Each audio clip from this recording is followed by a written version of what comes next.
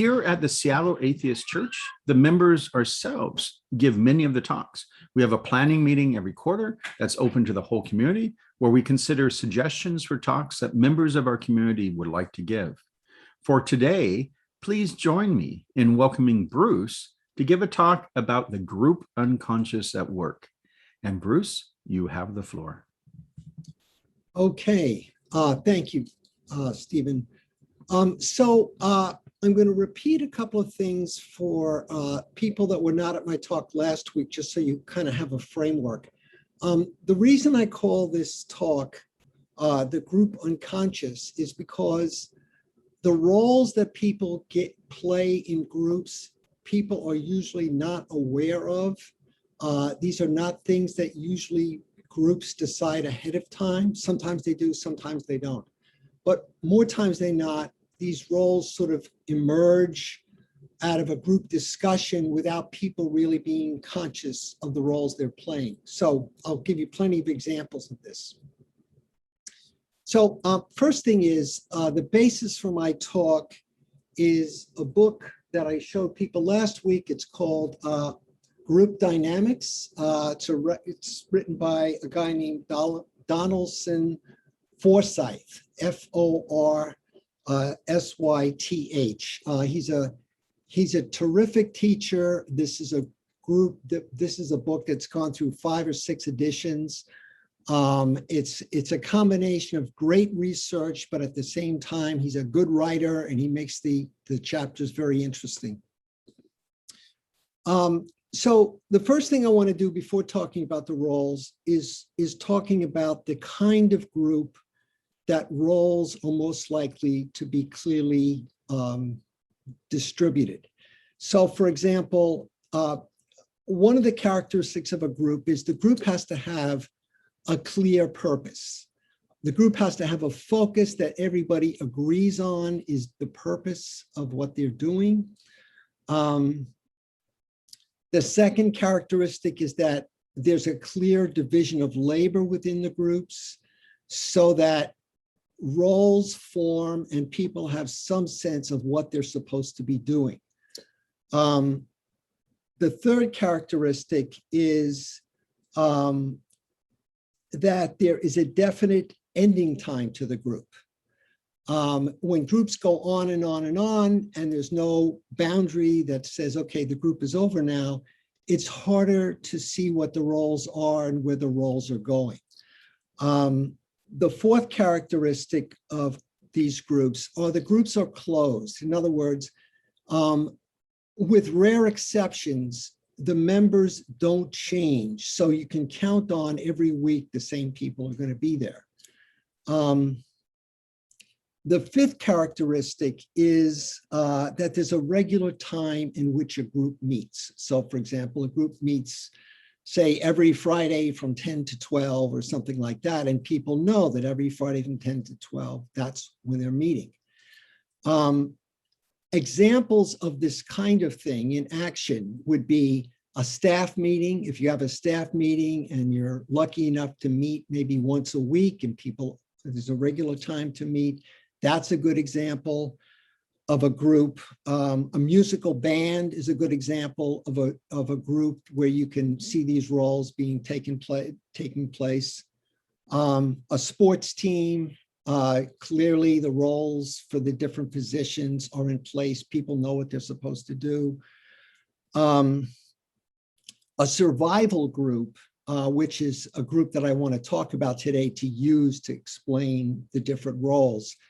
And the last is a family. A family is a group, and you can understand a lot about a family by understanding roles, and like what doesn't work in a family has a lot to do with role problems and how it's not functioning because the roles are not clearly defined.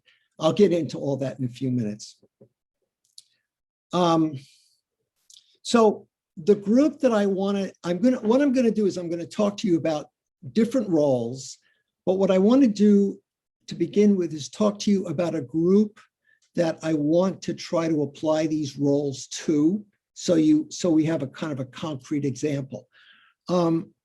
I don't know if you guys remember this, but about, I think it was maybe 40 years ago, there was a movie made about a people that were rugby players. They were going to a rugby match from Uruguay to Chile, and their plane crashed. And the movie was about how they survived. They were in the mountains for 10 weeks. And what did they do to survive? So the group, as I said, was a rugby team. The plane crashed. They had to survive. That was clearly their purpose. And in reaction to that, different people played different roles. 72 people were on the plane. It was the rugby players and their families. After 10 weeks, there were 29 left. Now, what I would suggest is that, if you like my talk, you watch that movie. The movie is called Alive. You will see all these roles being played out. And the reason I bring this up is because this is an example of a group where playing roles clearly matters because of the situation they're in, and the failure to play certain roles can be very detrimental to the survival of the group.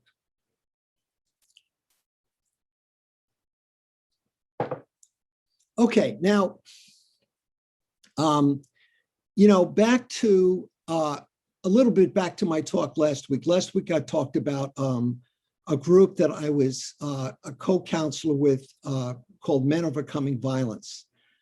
So we counseled men who had battered their partners for a 40-week program, which meant once a week for a couple of hours. The reason I'm telling you this is because me and the other guy who would lead the groups, it wasn't just me, we had other people that were leading it, but me and my partner, when we were running the group, our job was to keep men from teaching their communication skills so they didn't batter their partner. However, we had our own agenda about what we were doing. And as you'll find in any group, if the group is going to work well, there has to be both content roles and process roles. So in our group, the content role was simply the person that made the presentation, stuck to the agenda, and completed whatever the agenda was for the day. The process person was watching how people were doing with the information, like how much were people involved. So the process person watches body language, watches any kind of cues that people are not liking what's going on, and then intervenes and comments. So any group should have a division, and I'm not speaking personally, this is not my idea, I'm reporting what the research shows. Any group needs both process roles and content roles. If you have only content roles, an example of this would be, say, for example, you have somebody that's a math teacher in a high school. The math teacher goes through their lecture, but they don't pay any attention to whether the students are paying any attention. So if people are looking out the window, people are sleeping, people start talking to each other, the math teacher that's completely obsessed with content will ignore all that and just think, I've got to get through my material. So the problem is if you have all content roles, then the people in the group may be dragged through the lecture or whatever it is that the leader is trying to do, but their restlessness will not be accounted for by the group leaders. So a process person. Now, as a college teacher, like you're just by yourself. So you really have to play both roles. So if I'm doing a lecture, I'm dealing with content roles. But then if I see people that like they seem bored or something like that, I think to myself, oh, I got to do something different. Maybe I shouldn't talk about this. Maybe I should do something else. That's a process role. So all groups have to have, the content role is what, the process roles are how, right? The content roles are your destination. The process roles are the journey. Okay, so I hope that makes sense. Those are broad divisions.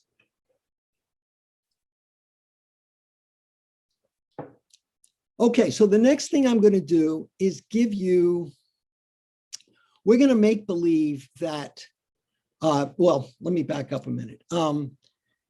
If you raise the question, how many roles does there need to be? The answer is, it depends on how difficult the problem is for the group.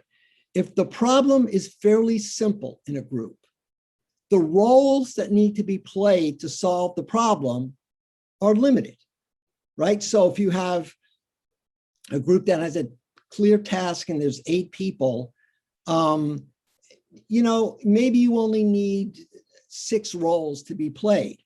But in the case of these survivors in the Andes Mountains, they had a very difficult purpose, and the complexity of their problem was extremely challenging. And because of that, that means that the number of roles that are being played needs to expand, because the more roles that are being played, the better the chances of you solving the problem, because all the different complexities are being addressed. Okay, so what I'm going to do is I'm going to give you some roles, and these are the maximum number of roles that could be played in a group. Some groups don't need these many, others do. In the case of the survivors in the Andes Mountains, probably all these roles were necessary. The interesting question is, how many of them were played, right? Because if people don't know about group dynamics, there might be some roles that are really necessary and nobody's playing them. So let me just give you the roles. And I hope that as I give you this, you're kind of thinking about groups you've been in. Could be a work group, could be your family, and try to think about your group in relationship to this role. And I think it'll be more practical, and you'll get something out of this. So the first role is called the initiator.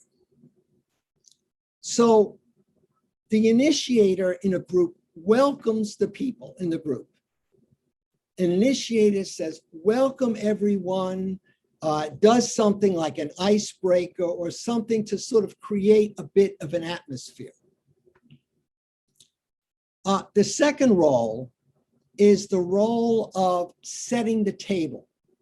So this role creates an atmosphere in terms of doing things like setting the table, possibly playing music,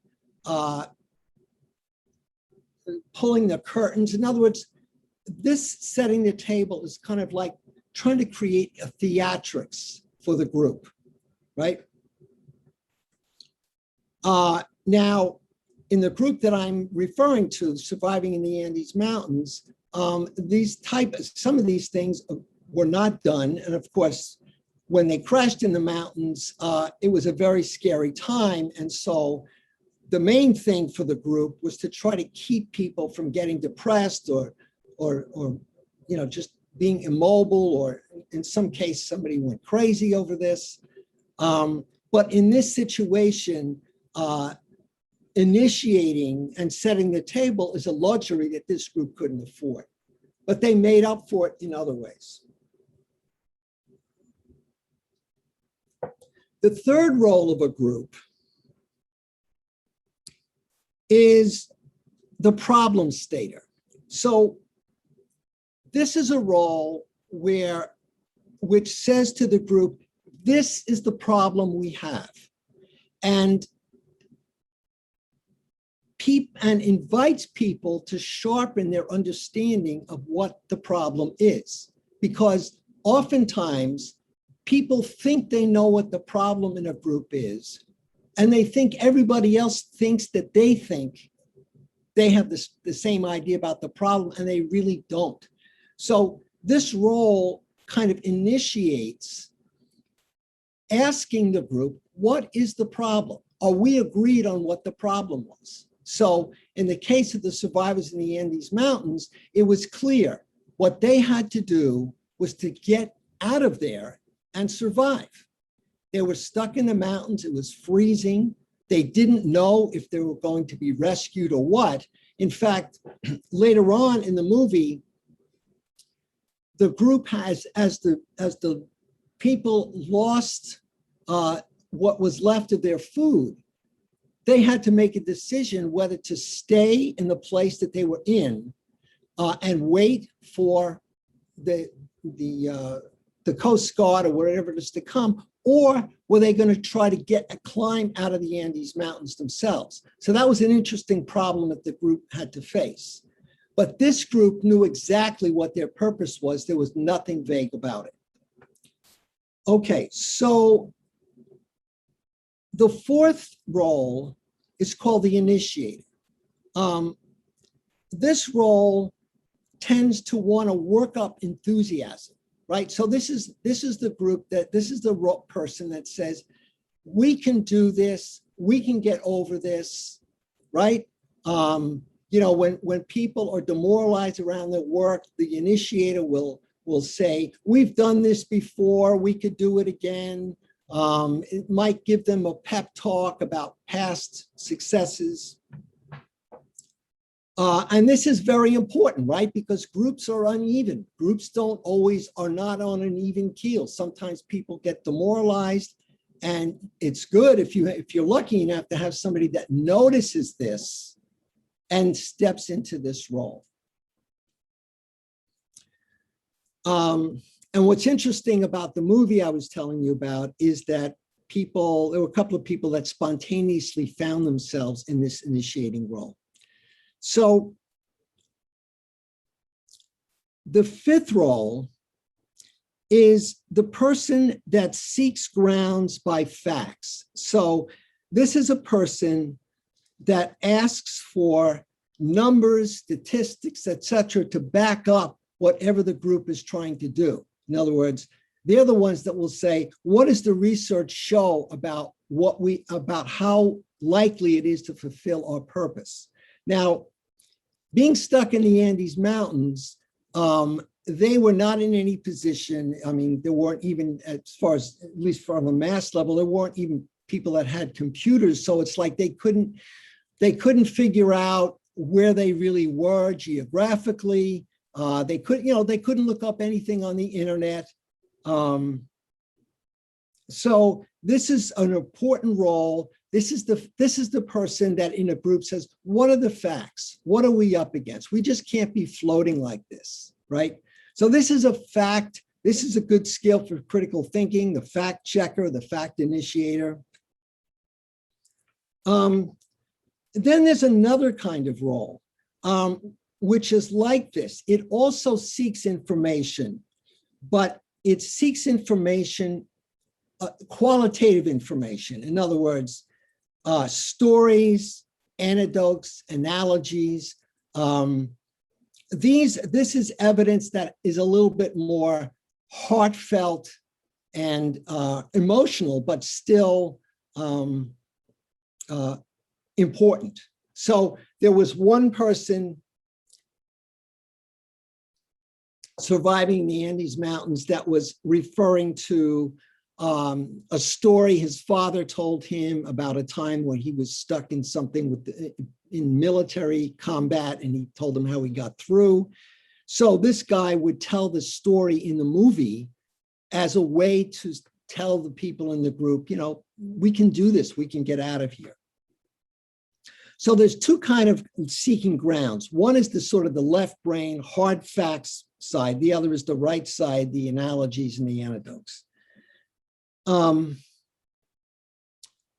The next role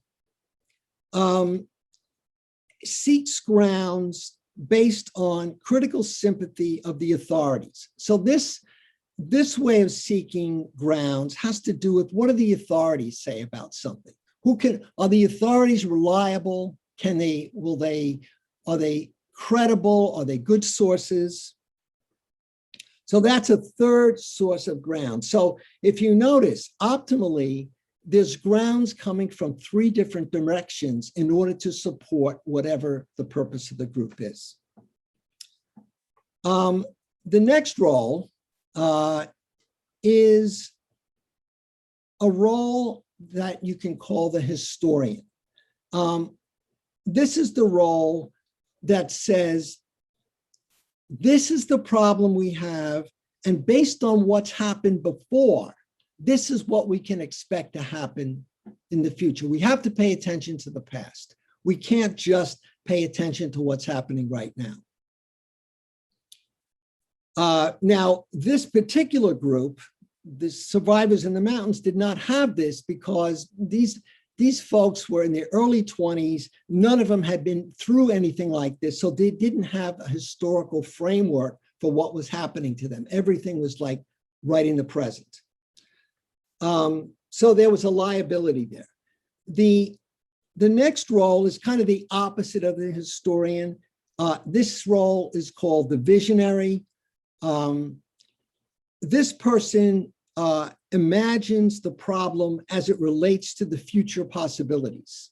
Like, so whatever the problem is, the person is looking at this problem in terms of where we're going next.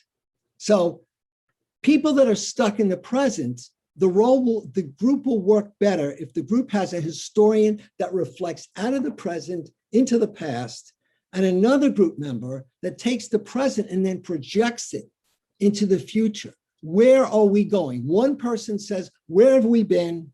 The other role says, where are we going? Okay, the next role is the compare and contrast role. This is a role that relates a problem as it relates to other similar problems. So this is a role that compares and contrasts and tries to form solutions to problems based on the similarity of this problem to problems that are roughly equivalent to it.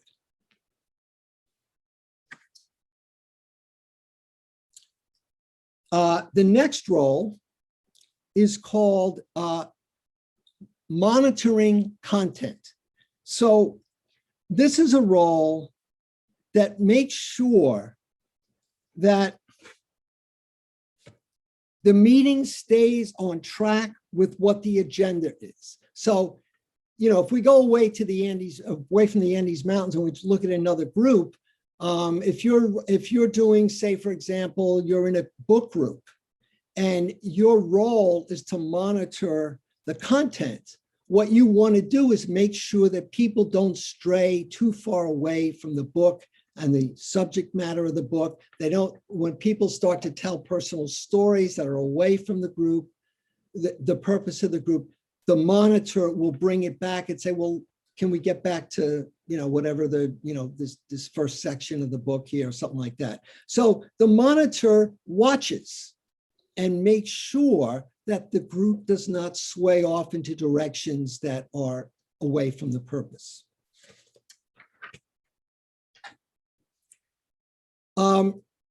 Another kind of role that's connected to the first is a role that monitors the process. In other words, this is a role that I mentioned before. This is a role that tracks body language, voice tone, how the meeting appears to be received by other people, and tries to comment on that. So it would be something like, Like in the case of the survivors, there was always an issue of people getting depressed or losing hope.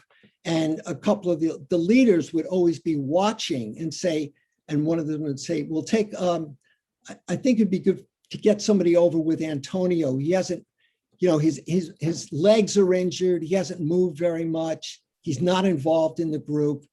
Go over there. Let's get somebody over there to talk to him, to cheer him up." It's very important that a group watch what's happening and is self-reflective on their own process, and monitoring does that.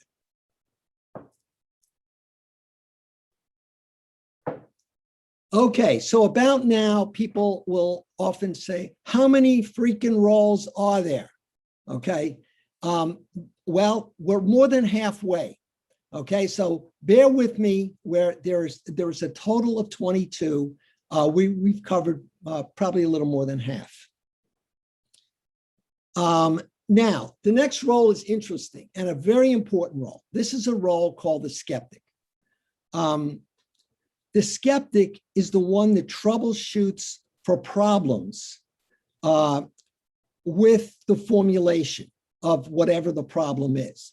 The skeptic plays devil's advocate, and every group should try to institutionalize having a skeptic, so that there's somebody that says, wait a minute, I don't agree with that, or I don't think that's a good idea.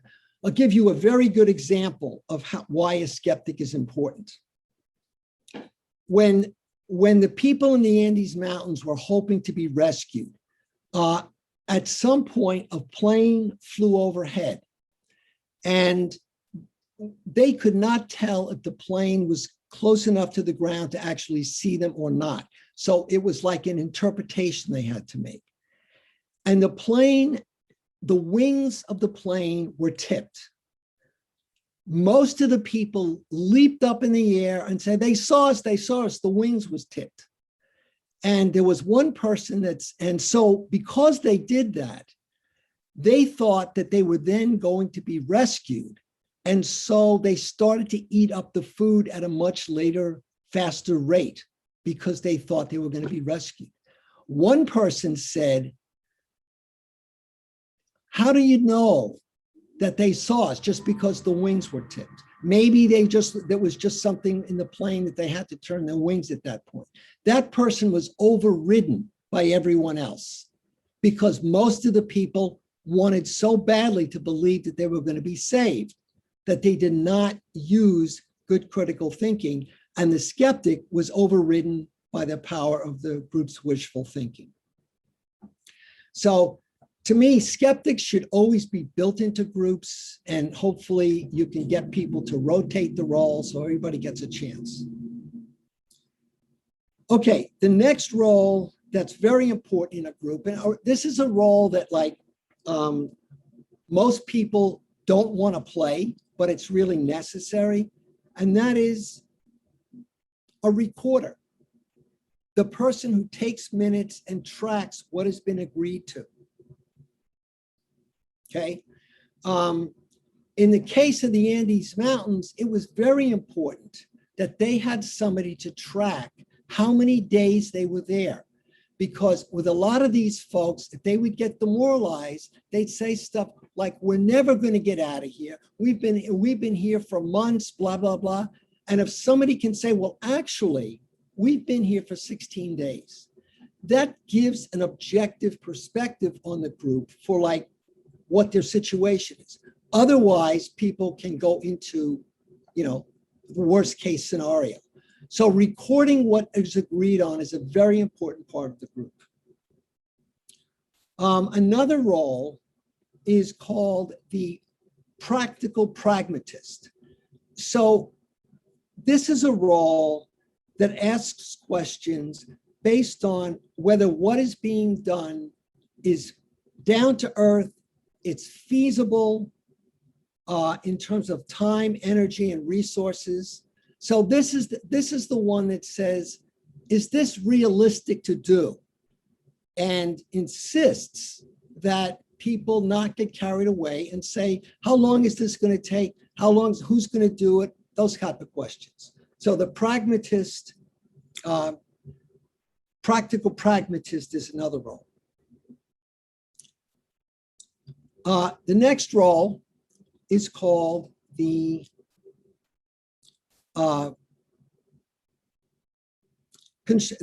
role that solicits constructive criticism.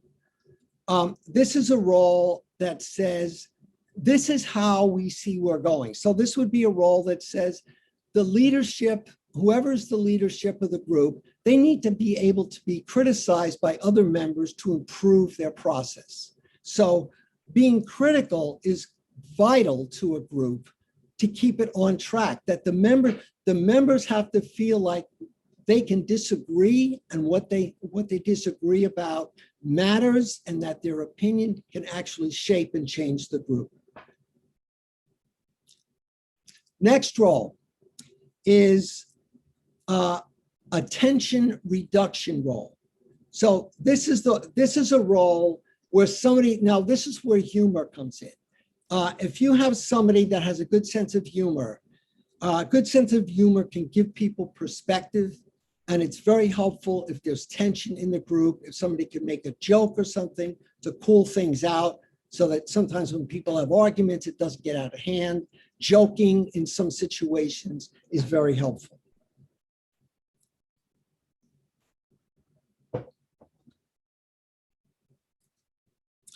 Okay. I'm not going to go through the rest of these because I think that you've got enough to kind of get the general picture on this. There is one role I want to mention that's vitally important, and that is the ritualizer. This is the person that has a sense of how to begin and close meetings and how to do it in a way that brings meaning to the end of a group.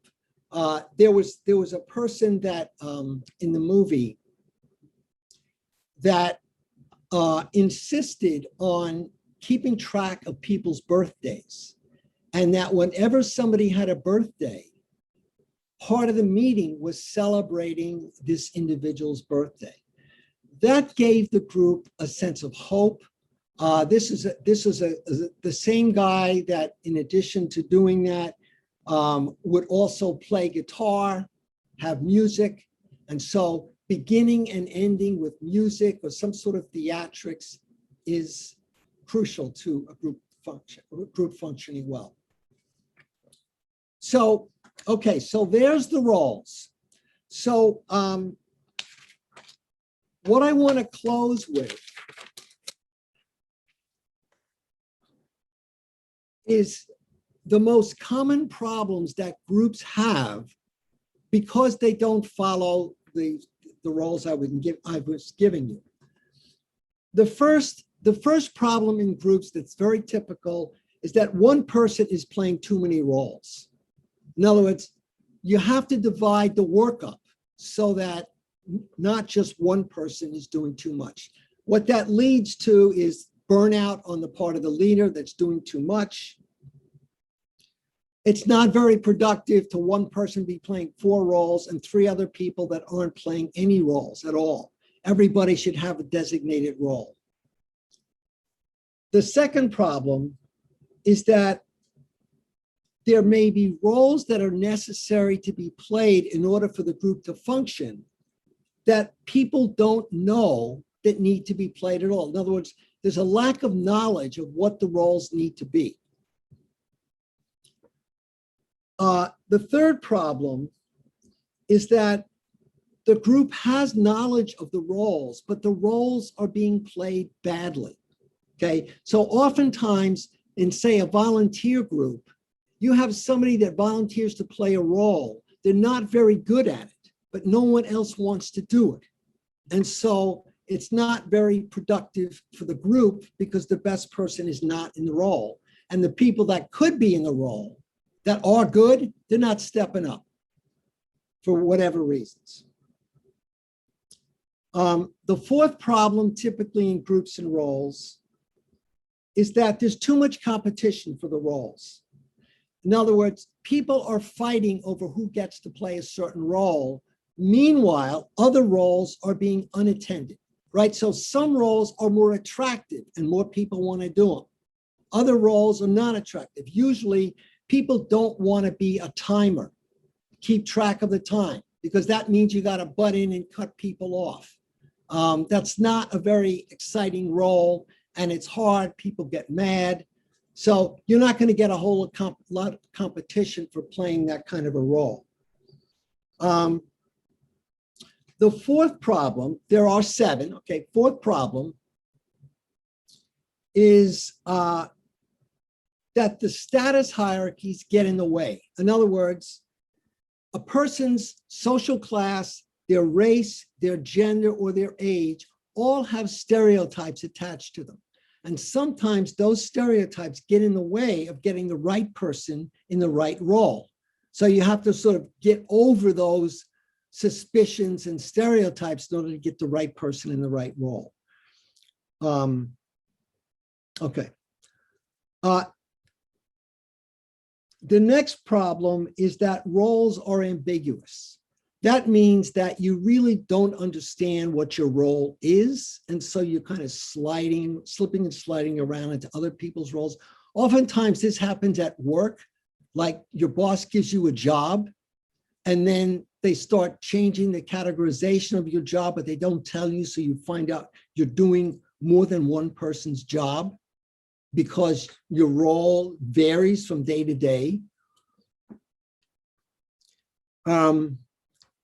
And the last problem is that people use the group for personality reasons that don't have to do with the role. So a person that is narcissistic will place more value on showing off than they will simply playing a role that they're good at. So like a narcissist might be good because they like to perform. They might be good at initiating the group, welcoming people, but then they might go off that by starting to talk too much of themselves or showing off, which distracts from the group's functioning.